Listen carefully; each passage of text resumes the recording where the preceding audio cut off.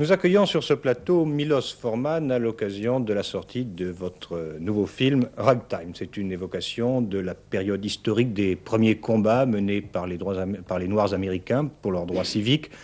L'action se déroule dans ce que l'on appelle l'Amérique de la Belle Époque et Ragtime nous offre à la fois une histoire d'amour, une fresque sociale et l'un des plus somptueux albums d'images du cinéma rétro. Alors dans l'extrait qui a été choisi par Henri Chapier, qui vous interrogera tout à l'heure, vous rendez hommage dans une mise en scène somptueuse au premier pas de l'art cinématographique. Nous allons découvrir cet extrait.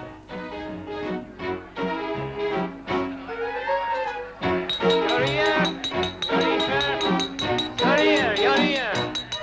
My dear guests, today we celebrate the ending of my third photoplay. My first photoplay had called The Naive Daughter. It cost me $500 and the profit was $10,000. The second was even better than the first and the profit was more. Now, my toast is for this, what make me possible to do everything. Do you know what's it? Light. You see the light of the candle? It's very nice. It shines through the glass. It's refract. The chandelier, it's convert, it's transfer in small star. Now we make pictures from the light. People pay a couple of pennies and they watch in a short time the whole life of man. How they fight, how they eat, how they love. There's no limits for our opportunities in the photoplay.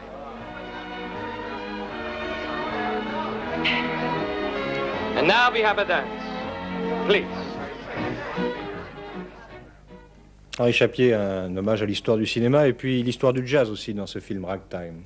Oui, c'est un hommage à tout ce qui a fait un tout petit peu l'enthousiasme de l'Amérique à cette époque-là. Et l'enthousiasme pour toutes les nouvelles formes d'art et d'expression, et aussi l'enthousiasme et la foi naïve qu'avaient les gens pour tout ce qui était moderne.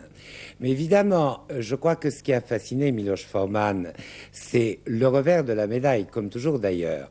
Milos Forman s'intéresse beaucoup aux minorités et à ce qui ne va pas, en quelque sorte, dans une société où tout semble, au contraire, aller très bien. Et je crois que par là, son film renoue, au fond, avec une tradition américaine dans ce qu'elle a de meilleur. C'est-à-dire qu'on croit toujours à tort, dans le cinéma européen, qu'il faut faire des films à thèse lorsqu'on défend une cause. Et les Américains, pensez Dominique par exemple au Raisin de la colère, ou à tant d'autres films, les grands Américains, les Ford, les Hawks, ces cinéastes-là, eh bien, Forman descend un peu de cette veine-là, ils ont un regard sur le monde qui les entoure, mais ils ne font pas de discours, ils vous offrent un spectacle superbe avant toute chose, intelligent en même temps, mais qui soit accessible à tout le monde. Et en définitive, le vrai sujet de Ragtime, c'est l'injustice sociale et la lutte pour la corriger. Et en même temps, une immense générosité. Évidemment, c'est un peu gênant de le dire parce qu'il est là, mais je crois que il faut rappeler aussi que cet homme a autrefois quitter une société qui lui a semblé moins juste. Il est arrivé aux États-Unis, il est devenu un des grands cinéastes actuels, et qu'est-ce qu'il fait? Au lieu d'être complaisant, eh bien, quand même, il l'attaque. Milos Forman, cette Amérique de Ragtime, il en reste quelque chose ou c'est une Amérique totalement révolue? Bon, écoutez, c'est drôle parce que pour moi, c'était une époque quand un siècle change un autre siècle. Et le monde entier se saoule un peu. Et l'Amérique, toutes les contradictions de l'Amérique sortent beaucoup plus visibles dans ce moment. Alors pour moi, c'était la fascination de cette époque, de cette période de costumes, de ragtime, de la musique qui a finalement donné la naissance au jazz, oui, de tous les objets colorés, de nouveaux automobiles, de voitures, d'architecture et tout ça.